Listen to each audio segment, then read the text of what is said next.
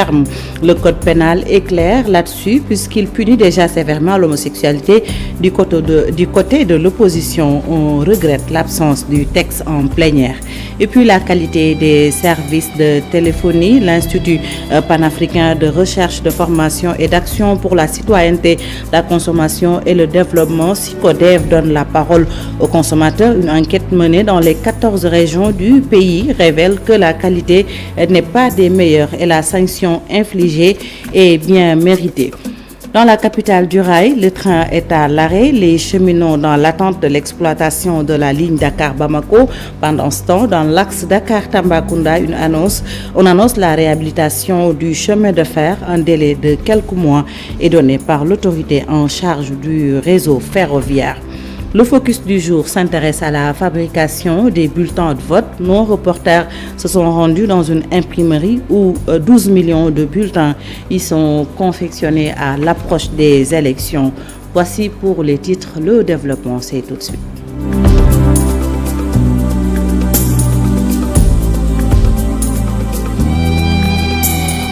Ravi de vous retrouver, ravi de vous servir ce 20h que nous démarrons avec la criminalisation de l'homosexualité. Le bureau de l'Assemblée nationale a déclaré irrecevable la proposition de loi. Ses membres évoquent la loi 65-60 du 21 juillet 1965 qui punit déjà l'homosexualité.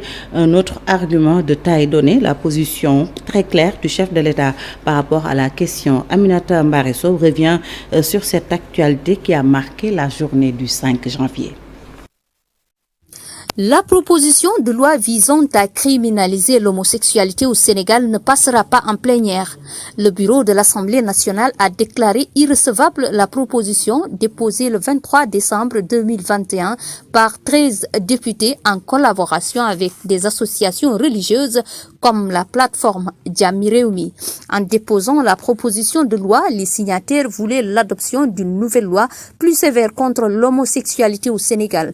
En se réunissant ce mercredi 5 janvier 2022, les membres du bureau de l'Assemblée nationale ont donné leur avis motivé sur l'opportunité d'un nouveau texte tendant à modifier la loi ou à élargir les textes législatifs déjà existants et qui sanctionne l'homosexualité. Ainsi, le bureau de l'Assemblée nationale a rappelé l'existence de la loi numéro 65-60 du 21 juillet 1965, une loi qui a été modifiée par la loi numéro 66-16 du 1er février 1966, modifiée également. Autre argument brandi par le bureau, la position du chef de l'État, une position ferme et qui s'oppose à toute forme de dépénalisation et de légalisation de l'homosexualité au Sénégal, des actes punis par le code pénal, des raisons qui ont poussé le bureau de l'Assemblée nationale à déclarer irrecevable la proposition de loi criminalisant l'homosexualité au Sénégal. Aminata Mbaresso, merci. Et puis le président du groupe parlementaire Liberté et Démocratie exprime ses regrets après le rejet de la proposition de loi par le bureau de l'Assemblée nationale. Serigne Cheikh Bara Dolly pense que le texte devait aller en plénière pour permettre à tous les députés de s'en imprégner. Il est interrogé par Chérif Dia et Gervais Yaou. Les députés de la majorité s'appuient sur les dispositions de la loi numéro 65-60 du 21 juillet 1965 modifiée pour déclarer irrecevable la proposition de loi portant criminalisation de l'homosexualité, ce que je considère comme étant un prétexte fallacieux, car ils auraient dû laisser la procédure sur son cours normal jusqu'à la fin. Avec le passage du texte au niveau de la conférence des présidents, puis en commission et enfin en plénière, ce qui permettrait à tous les parlementaires de s'imprégner de la loi. Mais ce rejet démontre que les députés de la majorité ont peur du débat. Moi, j'étais présent à l'Assemblée nationale ce matin pour défendre le texte en ma qualité de président du groupe parlementaire Liberté et Démocratie, étant donné aussi que l'initiateur Mamadou Lamine Diallo est membre de mon groupe. Nous verrons avec lui la nouvelle posture à adopter face au rejet du texte que je regrette, car avec la majorité mécanique de Benno Bokk Yakaar, on aurait pu organiser une plénière, ce qui permettrait aux Sénégalais aussi de connaître la vérité. Restons avec ce projet de loi. La députée Awa Gueye n'est pas du même avis que ses collègues de l'opposition. Pour elle, le code pénal a déjà réglé le problème des propos tenus dans le Saloum en présence de notre correspondant sur place. Il s'appelle Pape Mbaye Diaw. Ce projet de loi n'a même pas de sens. Pourquoi? Parce que dans le code pénal, il y a des sanctions très claires par rapport aux actes contre nature. Et l'homosexualité fait partie de ces actes-là contre nature. Donc il ne sert à rien d'aller vers la criminalisation parce que des dispositions très claires, des sanctions très claires sont inscrites au niveau du code pénal. Et moi je dis, le problème ce n'est pas d'aller vers la criminalisation de l'homosexualité, mais ce qu'il faut, la chose sur laquelle il faut mettre l'accent, c'est l'éducation de nos enfants et le respect de nos valeurs traditionnelles. Je ne suis pas en mesure en tant qu'individu, en tant qu'individualité de bloquer la loi, mais je peux dire en fait qu'au niveau de la majorité présidentielle, nous avons notre ligne de conduite et nous nous plierons à cette ligne de conduite. Je vous le disais en titre, SYCODEV donne la parole aux consommateurs après la polémique sur la qualité des services de téléphonie entre la RTP et les 3 opérateurs de téléphonie mobile au Sénégal. Amadou Kanouté et son équipe focalisent leur enquête sur les usagers. Une enquête menée dans les 14 régions du Sénégal sur un échantillon de 1473 personnes révèle que la qualité des services n'est pas des meilleures et que la sanction infligée à ces opérateurs par la RTP est bien mérité. Fatou Bintou Conté et Gervais Yao se sont entretenus avec le directeur exécutif de SYCODEV Afrique sur cette enquête. Après la polémique entre l'ARTP et les opérateurs de téléphonie mobile sur la qualité des services, la SYCODEV a préféré donner la parole aux consommateurs. Notre position est que c'est plutôt l'usager final, celui pour qui le service est destiné, celui qui a la possibilité de juger en tenant son terminal, son portable entre les mains, c'est celui-là qui est vraiment la personne la mieux indiquée pour pouvoir dire s'il est satisfait ou s'il n'est pas satisfait. Une enquête menée dans les 14 régions du Sénégal sur un échantillon de 1473 usagers révèle que la qualité du service pour les 3 opérateurs de téléphonie laisse à désirer. 30% sont ceux qui ont estimé que tout opérateur confondu, nous sommes satisfaits de la qualité des services. Ça laisse quelques 70% qui ont des avis mitigés. C'est 48% d'entre eux qui disent c'est acceptable. On ne va pas payer un service pour l'appréciation acceptable. On paye un service parce qu'on estime que c'est bon et que ça répond à notre attente. L'enquête aussi révèle que l'accès au réseau demeure un problème crucial. 47% des usagers interrogés estiment que c'est les réseaux qui leur posent le plus de problèmes. Accéder au réseau, composer un numéro et tout de suite passer, ça semble être la principale préoccupation, la principale source de problèmes qu'ils ont. À 47%. À 43%, c'est Internet. Accéder à Internet. Et à 1%, c'est la messagerie. Quant aux sanctions infligées par l'ARTP à ces opérateurs, plus de la moitié des consommateurs estiment que c'est mérité. 58% des usagers interrogés estiment que c'est mérité, que ces sanctions sont méritées. Ce qui traduit un peu ce qui est en corrélation, en cohérence avec le niveau de satisfaction que nous avions au début. Et figurez-vous, 13% d'entre eux estiment que les montants sont faibles, que ça aurait pu être encore plus corsé. La SYCODEV exhorte par ailleurs à ces opérateurs de téléphonie de mettre sur place dans leur structure des mécanismes de recours pour permettre aux consommateurs de procéder à des réclamations. Fatou Bintou Conté, merci. L'Association des consommateurs du Sénégal, satisfaite de ces sanctions à l'encontre des sociétés de téléphonie mobile, en conférence de presse, elle apporte son soutien à l'Agence de régulation des télécommunications et des postes. L'association demande par ailleurs le reversement des pénalités aux consommateurs, principales victimes. Maître Massorna Kane, président de SOS Consommateurs, est interrogé par Aminata Mbarisso. On a fait cette conférence de presse pour donc soutenir la RTP dans sa mission, mais également demander aux autorités non seulement de reverser ces pénalités aux consommateurs, mais également de chaque fois que c'est nécessaire d'appliquer des sanctions pour pousser ces opérateurs qui sont des récidivistes, essentiellement la Sonatel, qui a été sanctionnée en 2007, en 2016 et maintenant en 2021 pour des faits de 2020. Donc il faut que les sanctions s'appliquent chaque fois qu'il y a des manquements. Parlons de tout à fait autre chose. Dans la capitale du rail, le train ne siffle plus. Depuis un moment, les travailleurs de Dakar-Bamako Ferroviaire, toujours dans l'attente, même si l'État du Sénégal a créé une nouvelle société de chemin de fer, ces cheminots sont pour une exploitation de la ligne Dakar-Bamako, doléance exprimée à Thiès en présence de notre correspondant Cheikh Anta Diop. Les cheminots de Dakar-Bamako Ferroviaire secouent le cocotier. Ils dénoncent avec pertinence que la relance du chemin de fer porté par le président Macky Sall doit être en marche. Les travailleurs souffrent, le train doit siffler. Je le remercie encore. Mais monsieur le président, encore une fois, monsieur Kibili, encore une fois, de grâce, il est temps. Nous sommes toujours dans l'attente d'une suite favorable.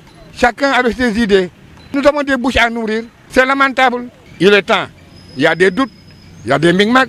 Finalement, on est découragé. Finalement, on passe à autre chose. Monsieur le Président de la République, une fois encore, pensez à la régie ferroviaire qui est toujours dans l'attente d'une suite favorable. Le train siffle à Thiès vers Dakar, mais pas à Thiès. Koungheul, Kaffrine, Koupantoum, Kidira.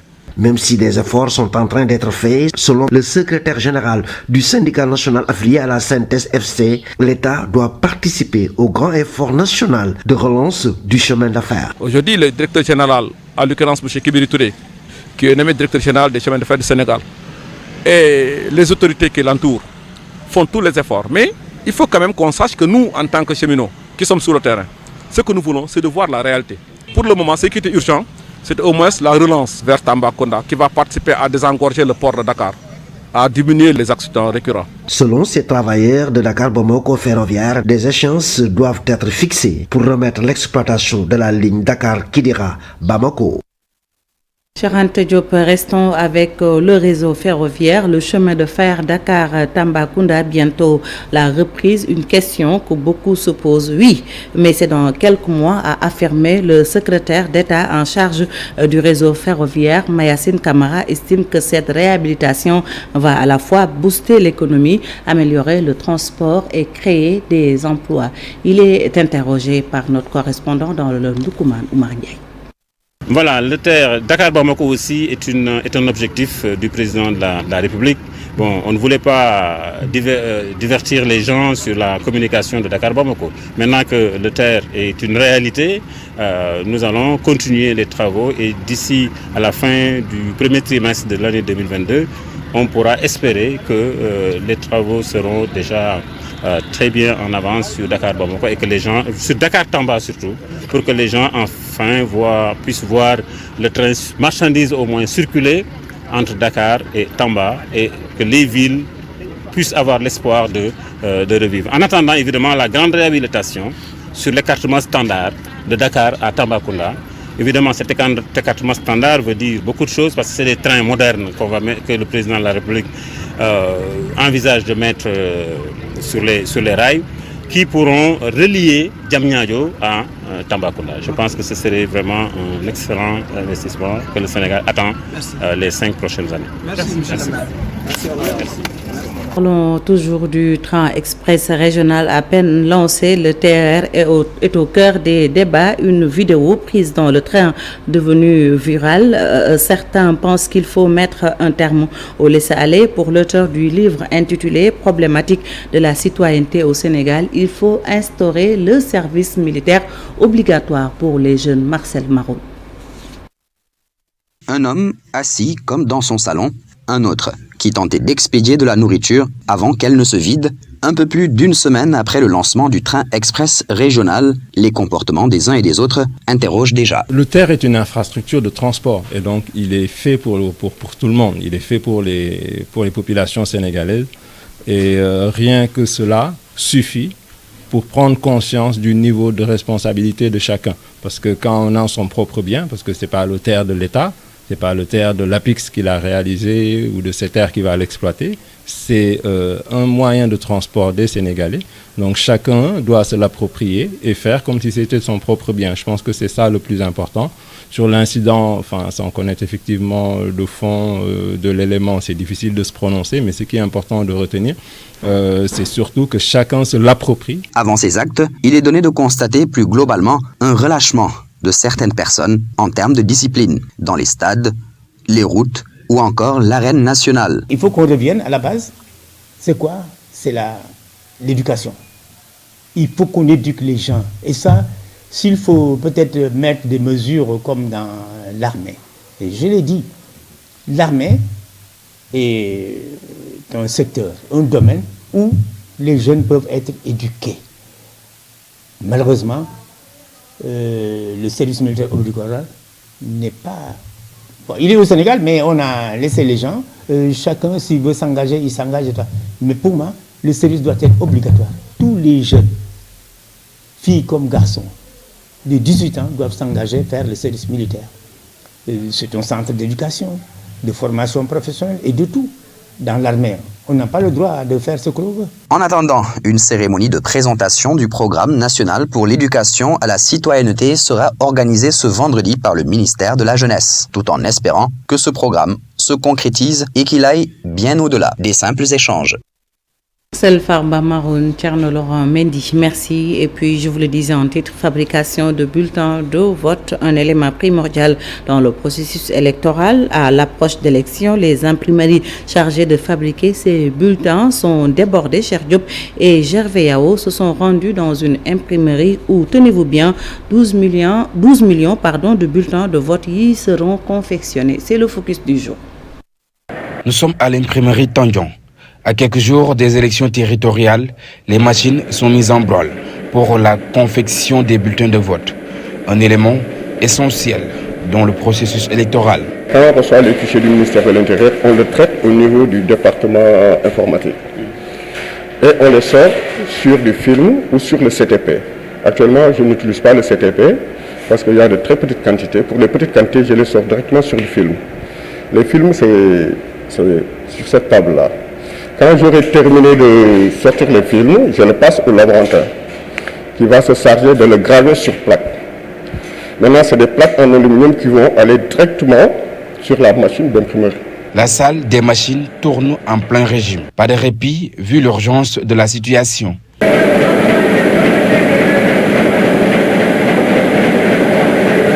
Les bulletins de 3 coalitions doivent être imprimés par liste et commune.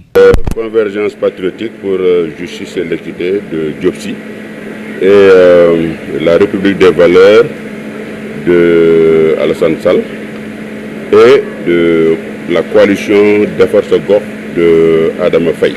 Environ 12 millions de bulletins. Donc on est aujourd'hui à 9 millions déjà faits. Il nous reste à peu près 3 millions de bulletins à faire. 3 ou 4 millions de bulletins à faire pour d'efforts Gox. Dernière étape avant l'emballage et la livraison, le massicotage. Après, les 12 millions de bulletins seront livrés au plus tard, le 10 janvier 2022. Cheikh Diop, merci. Et puis à Ziguinchor, les jeunes de l'Union centriste du Sénégal répondent à Ousmane Sonko. Ousmane Sonko, candidat d'ailleurs à la mairie de Ziguinchor, qui a déjà rendu public son programme. Les camarades d'Abdoulaye Baldé estiment que le président de PASTEF n'a pas fait preuve de rigueur dans ses recherches. Mamadou Lamine Dia est leur porte-parole. Il est interrogé par notre correspondant sur place, Boubacar Diassi. Le 29 décembre dernier, le candidat Ousmane Sonko, pour ne pas le nommer, a tenu à Ziguinchor une cérémonie, dit-il, de présentation de son programme pour la commune de Ziguinchor. Grande a été notre surprise de constater, aussi bien dans son allocution que dans le document de son programme, que ce candidat déclaré ne fait aucun effort pour avoir la moindre information fiable sur la ville qu'il veut diriger. Depuis sa déclaration de candidature à la place Bambaya, ce candidat, dépourvu de conviction pour la ville, n'a cessé de tenir de fausses déclarations. Ceci n'est que la preuve qu'il n'a pas de temps à consacrer à la ville qu'il veut pourtant diriger. Sinon, qu'est-ce qui peut justifier ce refus délibéré de prendre le temps de collecter des données fiables et actuelles avant de s'adresser aux Ziguinchorois? Allons à présent dans le Ndoukoumane où l'État compte bien investir dans la construction d'entrepôts. Ce projet, financé à hauteur de 4 milliards de francs CFA, permettra de bien conserver la production agricole dans la région. Correspondance signée Omar Ndiaye et Boubacar Falbo. Pour permettre aux agriculteurs de valoriser leur production et en tirer meilleur profit, le gouvernement du Sénégal a mis en place un organe de régulation du système de récépissé d'entrepôts au bénéfice des producteurs et transporteurs de produits agricoles qui vont désormais déposer leurs marchandises en lieu sécurisé. Driss Diallo, directeur général ORSRE. Donc, l'organe de régulation, comme son nom l'indique, est un outil créé par l'État du Sénégal à valoriser les stocks, comme notre slogan l'indique, valoriser les stocks. Aujourd'hui, nous avons un entrepôt ici qui a une capacité de stockage de 200 tonnes. Nous avons d'autres entrepôts qui ont des capacités de stockage de 500 tonnes, d'autres pour 1000 tonnes. Les entrepôts n'ont pas les mêmes tailles. Rappelez que l'État du Sénégal aussi a cette année mis dans le budget pour 4 milliards en fonds d'amorçage pour permettre aux coopératives de pouvoir bénéficier d'au moins d'un amorçage de financement. Les acteurs saluent l'initiative. Selon eux, ce programme est venu à son heure car les pertes enregistrées annuellement sont énormes. Et cela va révolutionner le secteur agricole ici à Koukal. Nous perdons énormément de production, nous perdons beaucoup de richesses. Depuis les indépendances, le secteur agricole qui aujourd'hui occupe plus de 60%, 70%, même à Koungheul, plus de 80% de la population, tarde à décoller. Et c'est cette partie, ce volet économique-là que nous venons vraiment de lancer. Et nous lançons un appel à toute la population, ceux qui sont dedans, mais ceux qui ne sont pas aussi dans le secteur. Ce système de régulation créé depuis 2017 devrait permettre aux agriculteurs non seulement de stocker leur production pour une sécurisation à long terme, mais également faciliter l'accès au système de financement. Marniaï, merci. Et puis l'actualité internationale nous mène d'abord aux États-Unis où un incendie a causé une dizaine de morts. Ici, signé Daniel Diouf. 13 personnes, dont plusieurs enfants, ont péri ce mercredi dans un vaste incendie touchant un immeuble d'habitation en plein centre de Philadelphie, dans l'est des États-Unis. Les pompiers de la ville ont dû affronter un feu intense provenant du deuxième étage d'une maison qui en compte 3. L'incendie s'est déclaré dans le quartier central et résidentiel de Fairmont où se trouvent les grands musées de Philadelphie. Selon plusieurs médias américains, l'immeuble touché appartient à la ville. En Guinée, une centaine de partis politiques ont mis en place une plateforme dénommée Collectif des partis politiques, un front contre la junte militaire soupçonnée de vouloir se maintenir au pouvoir. La nouvelle coalition a été lancée au siège de l'opposition. L'opposant Cellou Dalein Diallo. Les leaders politiques comptent faire des propositions concrètes au Conseil national de rassemblement et de développement pour la réussite de la transition dans le pays. L'ambassadeur d'Algérie en France reprendra ses fonctions dès demain. C'est ce qu'a indiqué la présidence algérienne. Il avait été rappelé en octobre suite à un froid diplomatique après des déclarations d'Emmanuel Macron jugées offensantes. Le président français qui avait déclenché la colère d'Alger, accusant le système politico-militaire algérien d'entretenir une rente mémorielle autour de la guerre d'indépendance et de la France, ancienne puissance coloniale. Il s'était également interrogé sur l'existence d'une nation algérienne avant la colonisation française, des propos qui avaient suscité de vives réactions dans la société algérienne. En signe de protestation, l'Algérie avait rappelé son ambassadeur à Paris le 3 octobre et interdit le survol de son territoire aux avions militaires français ralliant le Sahel. Et puis les restes de Patrice Lumumba à sa famille ne seront pas restitués ce samedi comme initialement prévu par les autorités belges. De sources congolaises, on justifie ce nouveau report par le contexte sanitaire et par des retards pris en République démocratique du Congo dans l'aménagement des sites prévus pour accueillir l'événement. Pour rappel, Patrice Lumumba, figure de l'indépendance congolaise, avait été exécuté en janvier 1961 avant que son corps ne soit dissous dans de l'acide. Une dent lui appartenant a été retrouvée il y a 5 ans chez la fille d'un policier belge chargé à l'époque de faire disparaître le corps. Cette dent devait donc être rendue à ses proches, mais c'est cette cérémonie de restitution qui a été finalement reportée. Daniel Diouf, merci. C'est ce qui met un terme à cette édition. C'est un plaisir de vous servir. L'info revient demain, Inch'Allah, à 6h30 dans Info Matin. Tout de suite, la deuxième partie du soir d'Info. Pape Abdoulaye Der et Ndeye Fatou Niang reçoivent Massogi Tchandoum. Il est écologiste. Bonsoir, Pape Abdoulaye Der. Bonsoir Fatih Dieng et merci pour toutes ces informations. Comme vous l'avez si bien annoncé, nous avons le plaisir de recevoir Monsieur Massogi Tchandoum, écologiste, membre de l'Association pour la défense de la protection et la sauvegarde écologique du site de Ndunguman. C'est bien ça, Toubab Dialla ou Ndayan. On va parler de l'impact environnemental du port de Ndayan. Bonsoir Ndeye Fatou Niang.